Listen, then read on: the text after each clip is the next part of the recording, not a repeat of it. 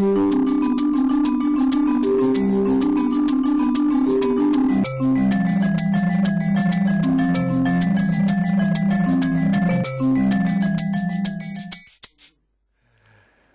13, buongiorno e ben ritrovati in diretta su Antena 3 come ogni giovedì insieme alla CGIL che risponde alle vostre domande, quindi ricordatevi 0422 1626 798, tra pochissimo iniziamo anche a sentire le telefonate. Oggi è una puntata un po' riepilogativa, vediamo, stiamo anche sui temi di attualità inevitabilmente, anche perché è l'ultimo appuntamento prima di questa pausa estiva d'agosto. Ci rivediamo poi a settembre insieme al segretario della CGIL di Treviso, Giacomo Vendrame. Buongiorno, ben trovato. Buongiorno, buongiorno. Pierluigi Cacco, amministratore delegato della Servizi Treviso SRL. Buongiorno a voi. E Paolino Barbiero, segretario dello SPI CGIL Pensionati. Buongiorno. Quindi lavoro, fisco e pensioni. Allora, ci sono due cose ovviamente sulle quali secondo me dovremmo cominciare un po' questa chiacchierata, aspettando anche le telefonate. Un po' quello che avete visto forse è letto sul decreto dignità nelle ultime ore.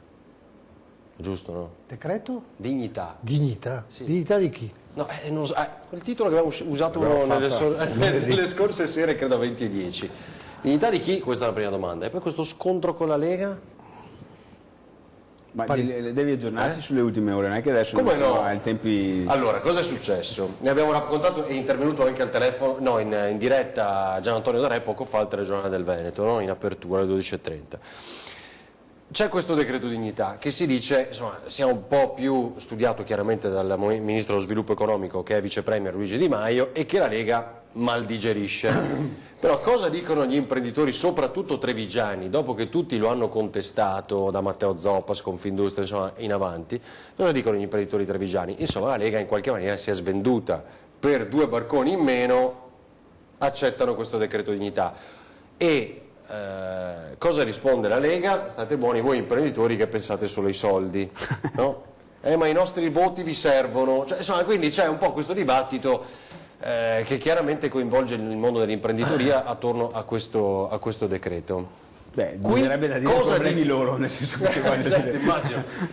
Però diciamo adesso arriva il dato politico, allora, al di là dello scontro, con la Lega che dice lo modifichiamo in commissione. Il provvedimento è un provvedimento un po' scomposto, devo dire, nel senso che c'è tanta roba, come purtroppo spesso accade, quindi poi i titoli sono molto evocativi, ma c'è di tutto là dentro, voglio dire. C'è per me eccessivo allarmismo da parte delle imprese sotto il profilo degli interventi sui tempi determinati, che di fatto è abbastanza, non cambierà sostanzialmente. Poco si parla ad esempio di un intervento che secondo me è sbagliato tecnicamente, ad esempio sulla somministrazione, che quello sì potrebbe creare qualche problema, cioè?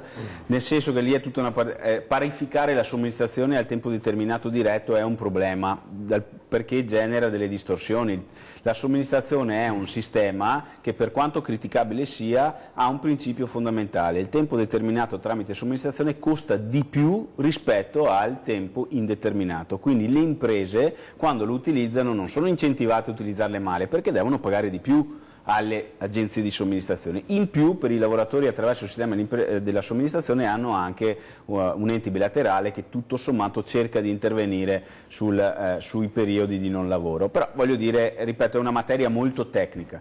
La realtà dei fatti è che dall'INPS, che dice 8.000 posti di lavoro potenzialmente a rischio, tra l'altro bisogna vedere cosa fanno le imprese, al Veneto Lavoro, che fa un'analisi molto rigorosa e tra l'altro molto precisa, che a me è piaciuta molto, che dice, beh, tutto sommato gli interessati in Veneto sono 25.000, non si sa che fine faranno, perché dipenderà da cosa faranno le imprese. Cioè, da cosa decide l'imprenditore, esatto, di quel suo allora, vedere gli industriali che sparano cifre incredibili. Perché sparano? Perché sono preoccupati per la causale, perché sono preoccupati perché il tempo determinato dura di fatto un anno in meno. È evidente che a lui quel provvedimento gli dia un po' fastidio, mettiamolo così, perché ristringe effettivamente la flessibilità che aveva in mano l'impresa. Questo mi pare oggettivo, il punto vero è la misura della risposta rispetto a questa cosa qui. Sì o No, no? no, il decreto... Questo decreto è venduto come un stravolgimento del mondo, in realtà per me è una pochissima cosa. L'unica cosa che mi piace in questo decreto è l'aumento del compenso nel Job Act per i lavoratori che vengono giustamente licenziati, ma non cambiano il Job Act, danno un aumento che va bene perché... Cioè se te licenzio ti devo dare più mensilità, ti devo dare più mensilità. Sul resto... Poi c'è il tema ancora in sospeso, scusa Gigi, dei voucher. Esatto. Perché forse i leghisti quello erano un po' attenti, lo erano, insomma. E io ripeto, siccome... No, ma l'intenzione di farli rientrare in turismo e agricoltura c'è, quindi... Sì, però io lo voglio... purtroppo c'è anche poca informazione su questa cosa. Esiste oggi il contratto di prestazione occasionale, che è stato costruito dal governo uscente dopo che è stato abolito i voucher, esattamente per l'ambito dell'agricoltura. Quindi tra l'altro il contratto nazionale dell'agricoltura, compresi i contratti provinciali, prevedono una serie di flessibilità che possono essere esercitate. Ora, lo dico proprio così, lo dico sempre, che le aziende vinicole della nostra zona, che voglio dire le conosciamo, non stanno male, non so come dire, non stavano male nemmeno nella crisi, con rispetto di tutti che magari quella che sta male c'è sempre e comunque. Vogliono i voucher per poter... Per forza, mi sembra... Perché cos'ha di migliorativo quel contratto che citavi prima? Che è un contratto di lavoro, ha diritti e doveri ben stabiliti da parte dei lavoratori e soprattutto ha una paga base annua e, scusate, giornaliera prestabilita, cosa che invece con i voucher non c'è. Oltre a tutte le coperture previdenziali, sotto l'aspetto, come si dice, del montante della futura pensione, per le coperture sulla maternità, sulla malattia, cose che nei voucher non ci sono, quindi infortuni, sicurezza sul lavoro. Quelli che inneggiano i voucher sono quelli che invece, se vai a guardare la loro situazione, le coperture ce le hanno tutte, compreso quelli che lavorano nelle associazioni di categoria. Allora bisognerebbe delle volte avere anche il buon senso di calarsi nelle situazioni che le persone dovrebbero vivere rispetto a chi vuole avere tutte queste flessibilità. Sui contratti a termine la cosa è molto semplice, se vogliamo spiegarla. Oggi un'impresa può, per effetto delle norme ancora vigenti, a una singola persona fare più contratti a termine, tra l'altro andando anche oltre i 36 mesi, perché c'è un'ulteriore possibilità per arrivare fino a 44. Esatto. Allora, l'impresa che poi vuole tenersi questa persona, perché l'ha fatta crescere, perché dà produttività, perché è integrata, dopo 44 mesi lo conferma. L'impresa che vuole speculare, dopo 44 mesi lo lascia a casa, non lo rinnova più. Certo, cosa esatto. cambia adesso? Che questo gioco qua, chi lo vuole fare lo fa dopo 24 mesi. Esattamente. E la domanda è, ma se tu fai continuamente contratti di lavoro per 24 mesi, che sono abbondantemente sopra i 12, che sono quelli previsti per sostituzione di una maternità, e del rientro di una maternità tra maternità anticipata e maternità facoltativa. Quale altra stagionalità c'è che dura 24 mesi? La stagionalità, per il significato della parola, vuol dire sono 4 mesi, sono 5, sì, esatto. È legato a un ciclo produttivo che si apre e si chiude. Eventualmente bisogna ragionare su quel contesto di stagionalità, sapendo cosa? Che per quella stagionalità tu potresti assumere la persona a tempo indeterminato con un part-time verticale. Il problema qual è? Che uno che poi viene assunto quel part-time verticale, quando finisce quel periodo, essendo a tempo indeterminato, non ha l'ammortizzatore sociale. Quindi è chiaro che è migliore, nel caso della persona, utilizzare il contratto a termine per periodi che si alternano per avere poi la possibilità di agganciare la NASPI. Cioè bisogna mettere a posto queste robe qua, non fare tutte queste discussioni infinite. Allora, abbiamo interrotto Cacco, diceva prima? No, su questa questione della stagionalità, la stagionalità è una cosa, il tempo a tempo indeterminato è un'altra, l'agenzia e quindi il lavoro interinale un'altra ancora, sono tre cose completamente diverse. Io penso che col proibizionismo non si risolvono i problemi. Qui c'è tanta demagogia in questo, perché io penso che ovviamente vada ridotta, come ha detto Paolo, ma c'è anche un altro problema, che la stagionalità, come ce l'abbiamo noi quando facciamo i 730, no? È una cosa. Quando un'azienda deve assumere, voglio dire, per certi periodi, il problema non può essere proibito all'azienda, bisogna trovare dei strumenti per combattere la precarietà. E gli strumenti per combattere la precarietà è mettere assieme queste tre vicende.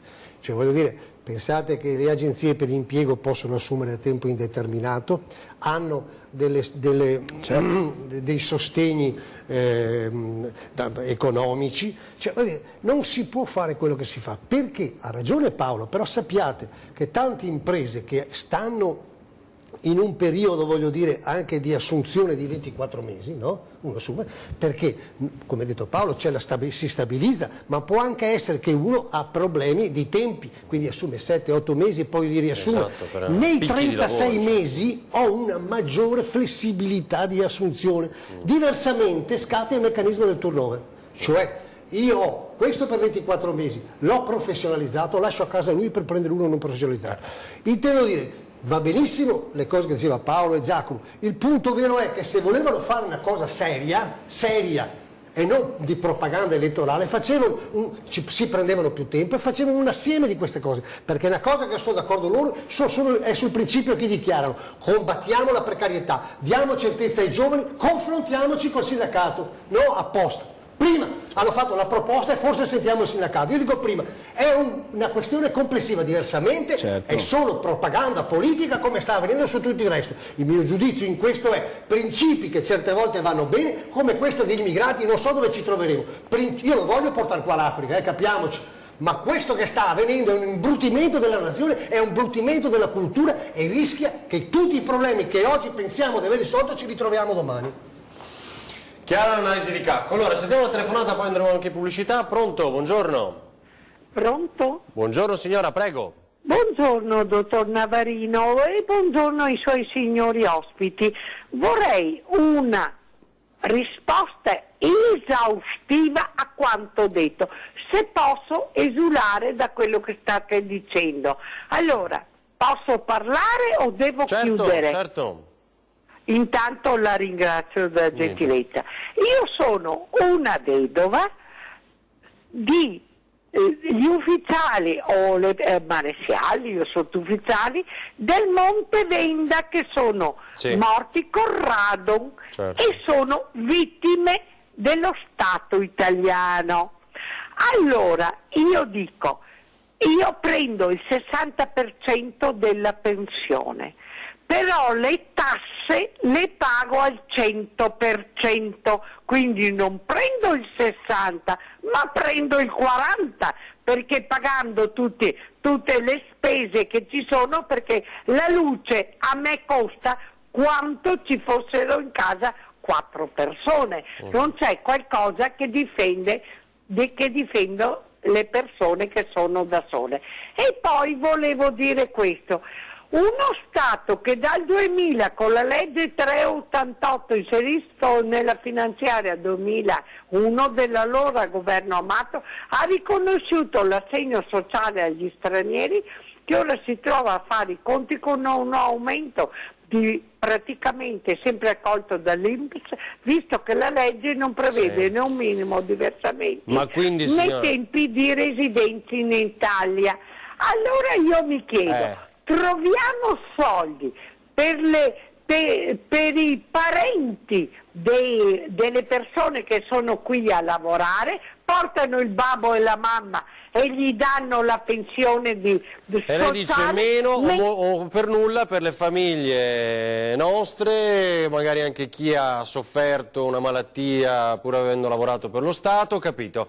È chiaro, giusto signora? Allora io voglio sapere dal KGB della Russia, dei comunisti, del sindacato, cosa ne pensano e cosa credono di fare per la gente italiana, che abbiamo fatto lo Stato italiano dopo la guerra con tanta fame. Grazie signora, buona giornata, devo andare anche in pubblicità, siamo tardissimo, è ritardissimo. Allora, ho capito, è un po' arrabbiata. Pubblicità e poi rispondiamo alla signora e altre telefonate, tra poco.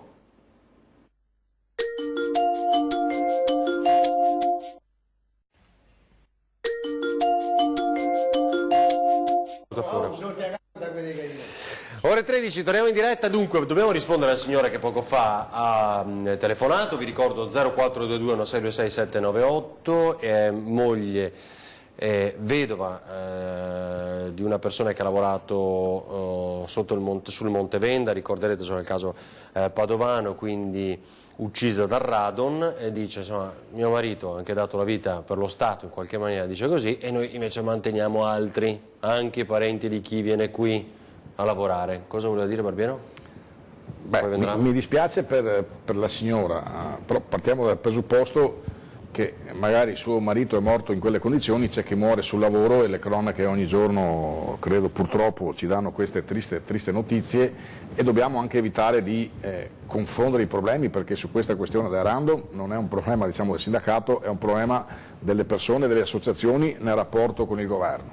Per quanto riguarda invece la pensione di reversibilità, la signora prende il 60% e paga le tasse su quel 60%, come tutti. Poi sì, se la mi bolletta dice, della luce non c'entra, poi, se mi dice se le tasse sono tante o poche, io gli dico che le tasse sono tante e tra l'altro basta aspettare, perché tra poco dovrebbero abbassarle, sono andati al governo con la promessa di abbassarle, vediamo quanto dobbiamo aspettare, prestando un'attenzione però, perché come sempre c'è il trucco, nell'idea di abbassare le tasse, di fare un'aliquota unica, abbiamo già visto che invece c'è un correttivo, le aliquote saranno 2. Abbiamo proprio sentito stamattina il ministro Tria che diceva che dobbiamo andare con molta cautela, quindi cominceremo a fare qualcosa nel 2019, ma ho l'impressione che per le cose che sono state scritte fino adesso e che sono state dette, se non stiamo attenti, c'è il rischio che i redditi fino a 28-30 mila euro non abbiano nessun beneficio.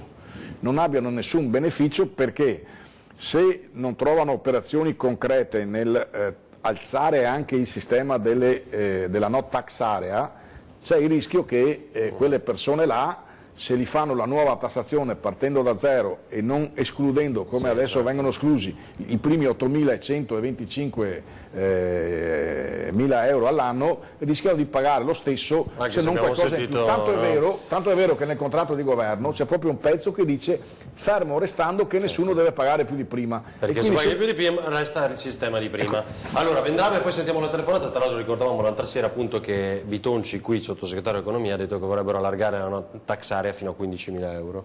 No, la signora che era un po' arrabbiata, le dico a proposito dell'aiuto che diamo alle persone, ai lavoratori, alle persone, che venga in una nostra sede e vede quanto rispondiamo alle esigenze delle persone, sia al CAF, sia ai pensionati, alle pensionate e ai pensionati, sia il patronato, sia tutte le categorie. Noi quando entra una persona... Non abbiamo nessuno del CAP che viene da no, almeno dopo non so se fa la dichiarazione a redditi alle CAF. No, noi il CAF no.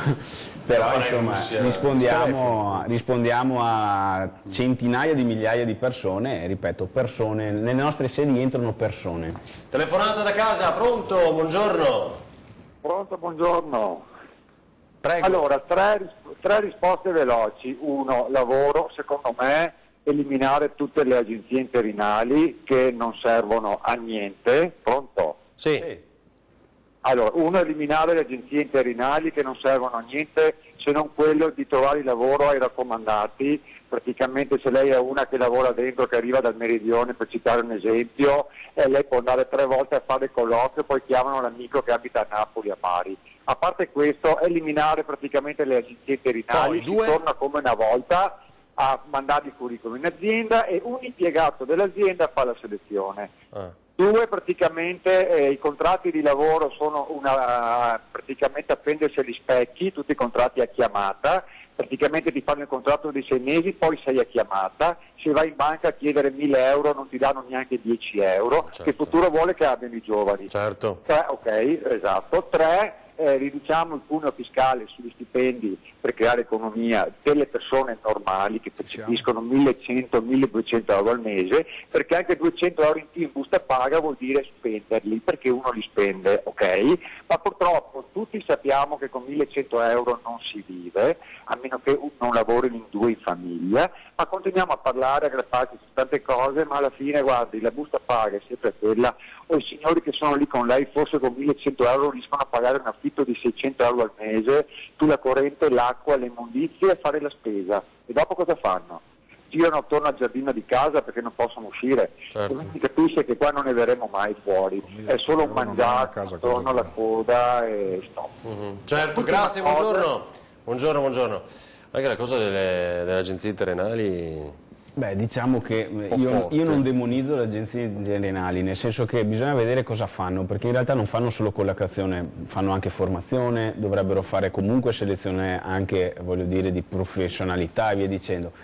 Dipende sempre dal sistema in cui agiscono queste agenzie e cosa la norma gli permette o meno di fare. Io penso che tanti lavoratori sappiano anche che grazie alle agenzie hanno trovato un posto di lavoro, quindi voglio dire, il problema è sempre le regole complessive. Prima giustamente Gigi diceva, io lo dico sempre, il mercato del lavoro è un sistema idraulico, quando chiudi un rubinetto di una tipologia contrattuale se ne apre un'altra, per quello che io critico ad esempio questo governo per il fatto che il decreto di dignità va in una direzione sui tempi determinati e poi mi allarga i voucher, non ha senso, non so come dire, cioè rischi tra l'altro, anche se è una semplificazione anche questa, che i tempi determinati diventano lavoratori in voucher per certi versi, no? Allora invece bisogna far crescere la stabilizzazione che non è solo per norma ma è soprattutto anche attraverso una condizione economica di tutti diversa. Le agenzie interinali hanno un poco mercato rispetto, se fatto 100 il mercato del lavoro, l'agenzia interinale ha un piccolissimo spazio. Può essere uno strumento straordinario se utilizzato in un determinato modo. Noi che utilizziamo i lavoratori interinali non facciamo preferenza, anzi facciamo difficoltà a trovarli. Noi assumiamo circa 150 lavoratori per fare i 7,30 e tante volte ci tocca prendere dei lavoratori che non hanno superato il test perché facciamo fatica a trovarli. Perché il dramma non è il lavoro interinale, che a noi costa di più, è il periodo, è sempre il precariato, cioè noi li assumiamo per 2 mesi, a me dispiace da morire, ma quello è 2 o 3 mesi. Il punto vero è come usiamo questo strumento. Assieme alla stagionalità, lo dicevo prima, e assieme al tempo indeterminato, sapendo che lì possiamo mettere risorse perché il lavoratore che entra in un mercato ancora precario poi sia sostenuto da un reddito che fa formazione, passa da azienda a azienda, cioè dare a quel lavoratore la certezza che tutto l'anno è reddito, tutto l'anno è occupato, seppur usando strumenti nuovi. Quindi, sul resto che i lavoratori, quei signori là, credo che non siamo signori, io sono un operaio, ho fatto il mio percorso da sindacalista, ho una famiglia con mio figlio che ho detto tante volte paga 500 euro al mese di mutuo e prende 1300 euro, fa 5 turni alla settimana, quindi siamo gente, credo per Paolo lo stesso, per Giacomo che ha fatto il precario lo stesso, non pensate che perché siamo qua siamo chissà che. Il punto vero è che tante volte abbiamo la stessa idea del problema che va risolto, poi non ci mettiamo d'accordo come. Certo che la propaganda e fare proposte per prendere voti non risolve il problema è capire come, non se. Tutti siamo contro il precariato, siamo contro e noi abbiamo fatto una scelta di vita per combattere queste cose. Il problema è come. Allora, non ho capito se c'è un'altra telefonata pronta o andiamo in pubblicità, ragazzi. Telefonata? Ok, va bene, allora sentiamola. Pronto? Pronto? Pronto, buongiorno, prego. Buongiorno, Artuso Giovanni da Mogliano Veneto. Giovanni, ci dica tutto. Sì. Allora io vorrei per Paolino Barbiero, perché comunque noi ci vediamo nelle riunioni annuali a Mogliano Veneto, no? E volevo dire, non avete risposto al quesito della signora che ha risposto prima. I 55.000 stranieri dove la Guardia di Finanza li ha scoperti, dove per congiunzione familiare, dove prendono quella pensione sociale che li hanno scoperti quei depositi in banche estere. Lì il sindacato non è intervenuto e non ha sciolto questo quesito, perché sono tutti soldi che aspettano anche gli aumenti dei pensionati. E con di più un'altra cosa, noi abbiamo già dato nel 2012-2013 in stagione del governo Monti, abbiamo perso dai 50 ai 100 euro mensilmente in questi anni e abbiamo perso un potere dai 4 ai 5 mila euro. Io vorrei da Paolino che mi dicesse in merito a questa cosa. Ne avevamo parlato anche l'altro giorno, l'altra settimana, allora, no? Però aspetti, adesso Giovanni arriva la risposta. Grazie, buongiorno. Sulla prima questione, io capisco che quando si parla di immigrati, di stranieri, è sempre complicato entrare nel merito con serenità.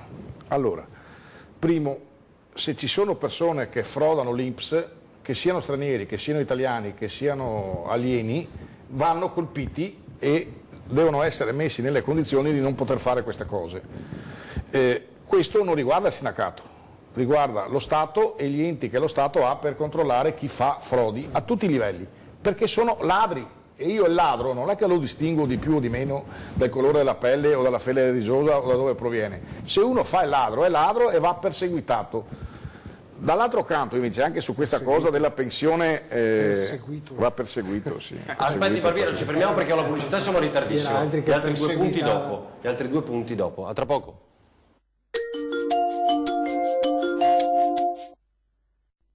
Ve lo ricordo ancora una volta, eravamo arrivati a rispondere a Giovanni che aveva chiamato sull'altra domanda, quella della pensione sociale dei familiari degli immigrati. Quella norma che è stata evidenziata qualche anno fa è stata sistemata, quindi bisogna che ci sia una certa permanenza qui per avere diritto a quella cosa. Quindi, insomma, credo sono ben altri gli interventi che devono essere fatti sul sistema previdenziale. Poi dice, noi abbiamo perso la rivalutazione bloccata da Monti, tanti soldi in questi anni. Sulla rivalutazione c'è stata una prima azione che abbiamo fatto come sindacato, che ha portato il governo Renzi attraverso il decreto cosiddetto Poletti a fare un intervento di parziale risarcimento di quanto tolto. Parziale risarcimento perché è stata data una tantum e una leggera rivalutazione alla pensione. Poi, siccome con oltre 15.000 pensionati in giro per l'Italia abbiamo fatto ricorso alla Comunità Europea, quindi a livello più alto, dopo che i ricorsi fatti alla Corte Costituzionale hanno dato una risposta negativa, nel senso che la Corte Costituzionale italiana è intervenuta dicendo quello che è stato dato dal decreto Poletti è sufficiente per sanare quanto è stato tolto. Partita chiusa. Partita chiusa a livello nazionale. Non contenti con altri 15.000 pensionati abbiamo fatto un'istanza alla Commissione Europea proprio questa settimana, inizio di questa settimana, no, la settimana scorsa perché eravamo qui, in diretta, è intervenuta la Commissione Europea che dice quanto è stato fatto e deciso dal governo italiano va bene, quindi ciao, ok?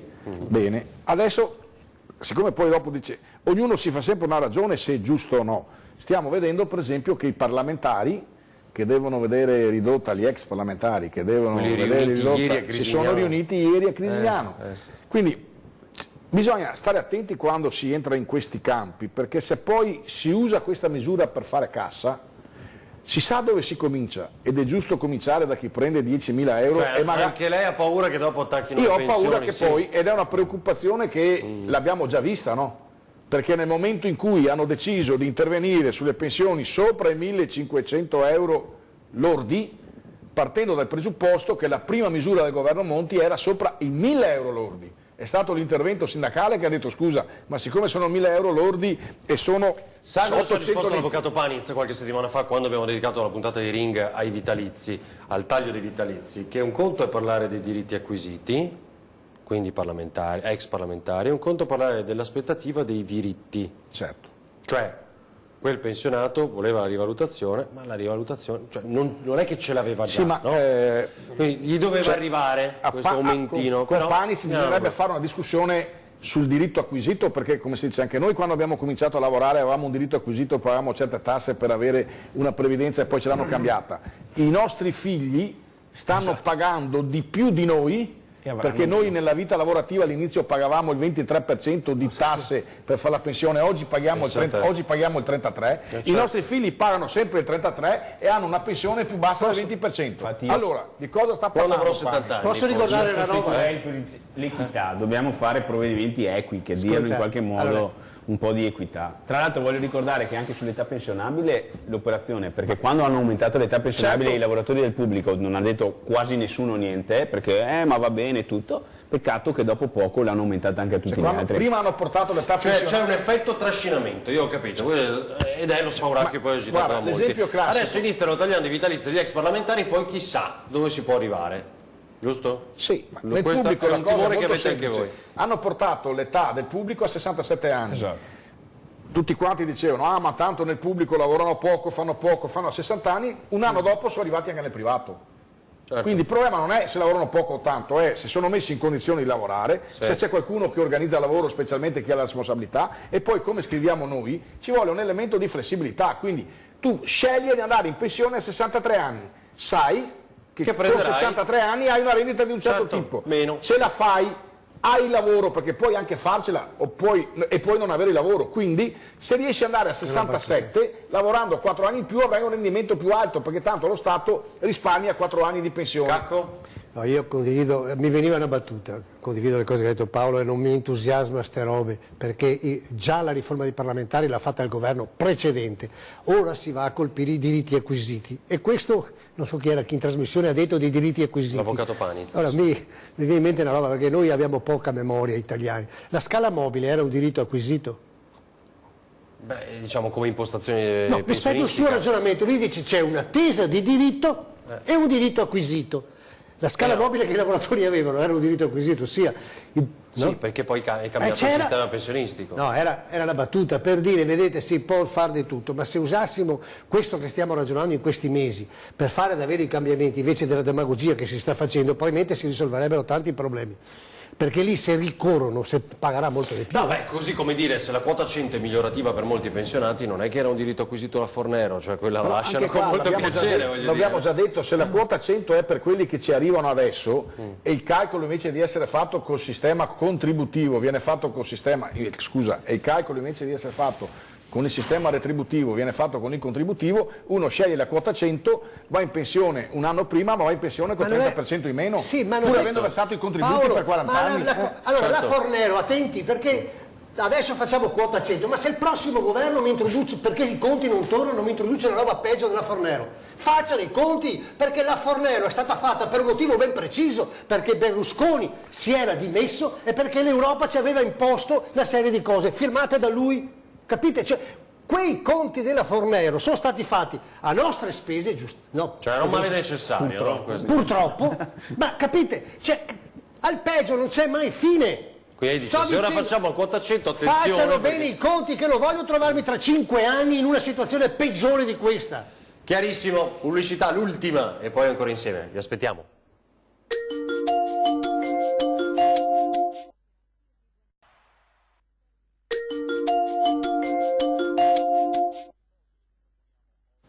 Ore 13, torniamo in diretta, 0422 1626 798, c'è già una telefonata? Allora la sentiamo subito. Pronto? Pronto? Pronto? Buongiorno signora, prego. Sì, telefono da Udine, sono di Trieste ma telefono da Udine. Allora va bene signora. Sì, io sono una pensionata con 590 euro al mese. Sì. E siccome ho il divorzio, ho il mantenimento di 250 euro mensili. Cosa succede? Mi portano via 1.000 euro all'anno per le tasse, che sarebbero praticamente, mi restano 166 euro al mese, non 250. Quindi tutto quello che mi viene aggiunto per poter sopravvivere mi viene tolto dal governo. Però aspetti signora, c'è qualcosa che non capiamo, aspetti solo un secondo, Barbiero, forse qualche domanda? No, altri redditi, altre pensioni? No, è la quota dell'assegno di mantenimento, se non ho capito male. Stava parlando della tassazione che ha sulla quota. È un assegno...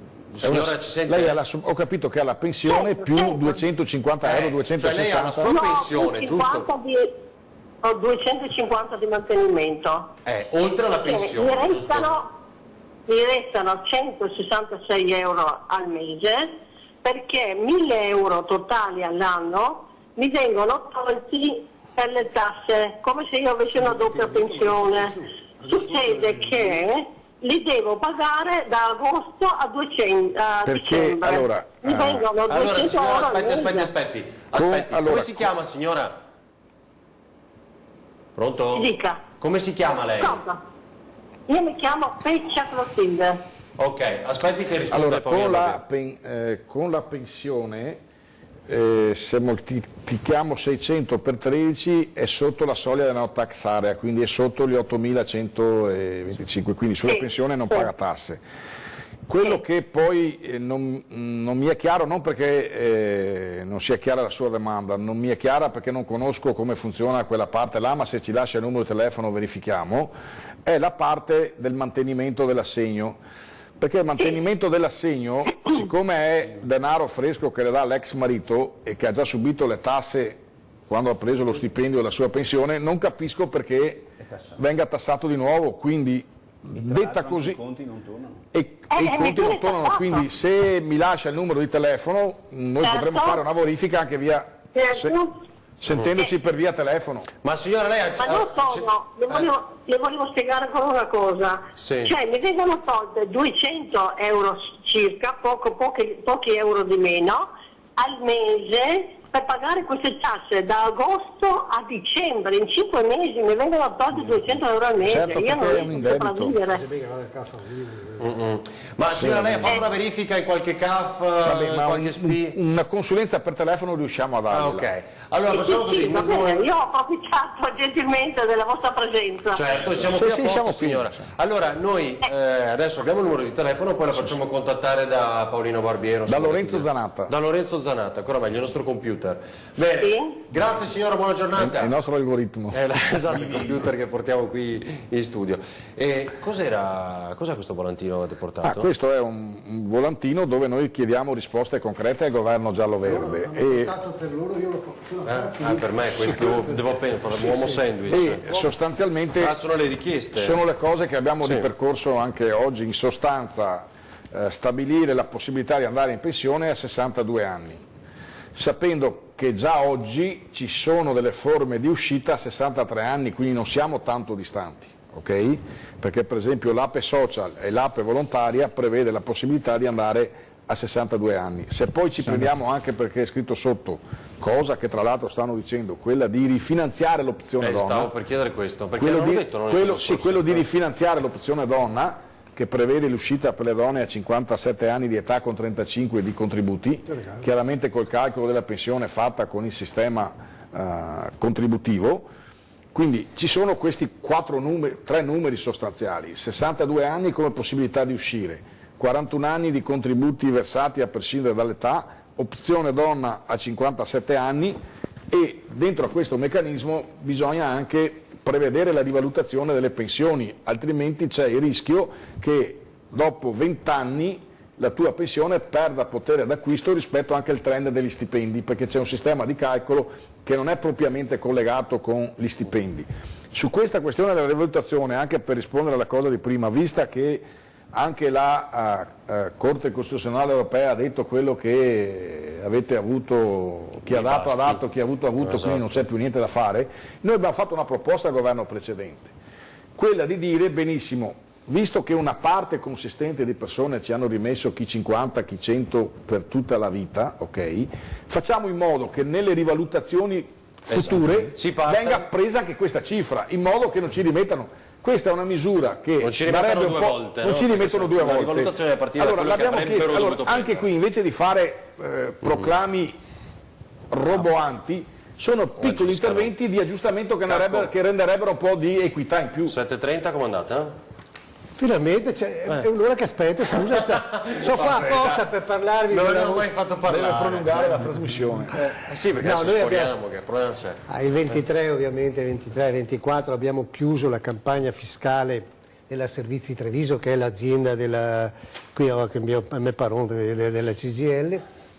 È andata bene, diciamo, abbiamo non solo mantenuto i dati dell'anno precedente, ma abbiamo aumentato di 104 pratiche, ma complessivamente stiamo facendo un gran lavoro. Vediamo una complessità sempre maggiore da parte di chi fa il 730, ma anche una capacità di chi fa il 730, quindi del 730 in sé, di essere molto utile per i cittadini, perché ovviamente puoi mettere tutte le spese che fai, detrai, un mese dopo ti restituiscono quello che hai, quindi è uno strumento straordinario che io spero che continuino anche a migliorare. Il 730 online sì, è andato avanti, ma non ha fatto granché, siamo mi pare a 2.700 milioni, quindi si dimostra ancora una volta che noi siamo la CGIL, il CAF CGIL, come anche gli altri CAF. In tutta Italia 2.700.000 persone hanno fatto... Sì, online. Okay. E 17 milioni erotti con i 7,30, se non vorrei sbagliare i numeri per carità, vado così a memoria, sì sono 20 milioni, quindi conto torno circa, ecco, insomma, poi vedremo i dati definitivi. Il precompilato, quello online quello online così. Parlo, poi il precompilato possono portarlo anche da noi, tu sai che noi facciamo, certo. Però stanno aumentando gli assistiti, cioè quelli che vengono da noi e fanno eccetera. Poi ovviamente qualcuno spende anche di più perché i 7,30 sono sempre più complessi, cioè noi ci troviamo con dei 7,30 che dobbiamo lavorarci anche 4-5 ore per definire tutto, penso quelli con i redditi esteri, penso quelli che hanno tante, magari che hanno più case, quelli che hanno maggiori... Se fanno la flat tax cosa cambia? Niente. Cosa cambia? Se fanno la flat tax cosa cambia? Ma ne parleremo quando la fanno, ma non credo che cambi granché perché comunque cambiano le aliquote, a meno che mi fai venire un'idea, non levino via tutte le altre agevolazioni, perché se ti levano il 50%, se ti tolgono il 65%, se non ti, se ti tolgono i mutui, se ti tolgono i mutui, cioè capimo, se fanno questa roba e tolgono tutto il resto, è meglio andare all'estero, Però detto questo...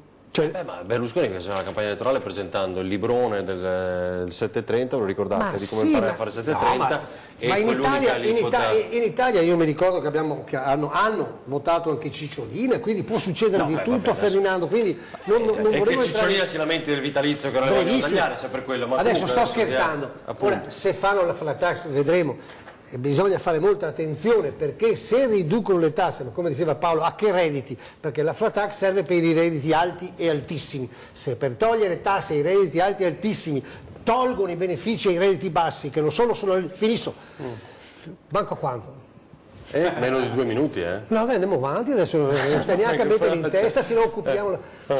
Ora, quindi 7,30 bene, stiamo diventando sempre più i consulenti di chi viene da noi, oltre al fatto che stiamo lavorando molto bene sulle altre cose, come ad esempio noi lo chiamiamo impropriamente needle, cioè l'assistenza che stiamo dando ai lavoratori, ai piccoli... come si chiama, ai liberi professionisti, ai lavoratori autonomi, quindi li invito a recarsi a noi perché teniamo la contabilità a loro. Ormai siamo partiti anche, sempre con la struttura che abbiamo delle badanti, con l'amministratore di sostegno per chi ha queste difficoltà, come sulle successioni, stiamo facendo un grande lavoro, stiamo e vogliamo diventare i consulenti che fanno gli interessi dei lavoratori, dei pensionati e tutti quelli che si rivolgono a noi. Giacomo, non abbiamo fatto cenno alla scomparsa di Marchionne, che ha visto anche improvvisa, nel senso che poi è stata inaspettata, insomma, sono riusciti a tenere riservo rispetto alla malattia. Stagione è stata comunque con lui, anche di contrasti, no? Di qualche anno fa. Insomma, con noi ha litigato parecchio, però insomma, voglio dire, questo non toglie che sia una figura importante per quanto riguarda l'industria mondiale, tra l'altro, voglio dire. Diciamo che noi, voglio dire, è chiaro che il risultato li ha ottenuti, poi chiaramente con i lavoratori, in particolare quelli della FIOM, non è che ha avuto sempre buoni rapporti, però insomma fa parte di quello che è il ruolo anche di una persona, insomma, io penso che la sua figura sia comunque una figura che ha lasciato il segno in un senso o nell'altro. Ognuno poi reputa il suo agire secondo quello è il suo punto di vista, il suo tema di rappresentanza. Dispiace, nel senso che dispiace sinceramente. Ha fatto bene la sua parte, straordinario, ha portato risultati straordinari. Io credo che ognuno nel suo lavoro deve fare bene la propria parte. Noi adesso facciamo il congresso, chissà che riusciamo a farlo ancora meglio e fare bene la nostra parte, fare una grande battaglia perché i lavoratori pensionati stiano meglio. Barbiero? È un manager che ha risollevato dalla crisi la Fiat e quindi va fatto un plauso per quello che ha fatto. Poi nel farlo chiaramente ci sono state, per esempio, anche col sindacato e con la FIOM, io che all'epoca insomma stavo in quella categoria, ha avuto degli scontri duri che si potevano evitare, ma tra l'altro anche le condizioni dei lavoratori, no? Cioè, ma tra l'altro è la storia della Fiat, insomma, c'è stato Valletta, c'è stato Romitti, c'è stato Marchionne, quindi non dimentichiamoci che insomma, i grandi capi che hanno diretto la Fiat con il sindacato nelle varie epoche hanno avuto sempre degli scontri, ma sono sempre stati scontri dentro le dinamiche del rispetto reciproco. Certo. Poi di fronte anche alla morte, insomma, insomma, le battaglie le abbiamo fatte quando era in vita, quindi di fronte alla morte alcune cose vengono meno, insomma, anche alcuni commenti che sento da una parte e dall'altra a volte sono anche eccessivi rispetto, insomma, a...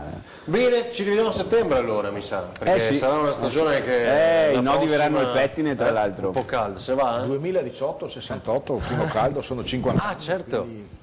Certo. Vediamo insomma se 50 anni dopo vediamo che cosa l'autunno succede. come si scalderà. Continueremo a seguire se arriva Noi la siamo quota pronti. 41, questa flat tax, insomma ne abbiamo di cose da seguire. Grazie davvero per essere stati con noi questa mattina, Paolino Valviero, Pierluigi Cacco e Giacomo Vendrame. Ci rivediamo a partire dalle 18:30 con i nostri telegiornali, poi questa sera 20:10 parleremo del Vade Retro Salvini che abbiamo letto nelle scorse ore. Buona giornata.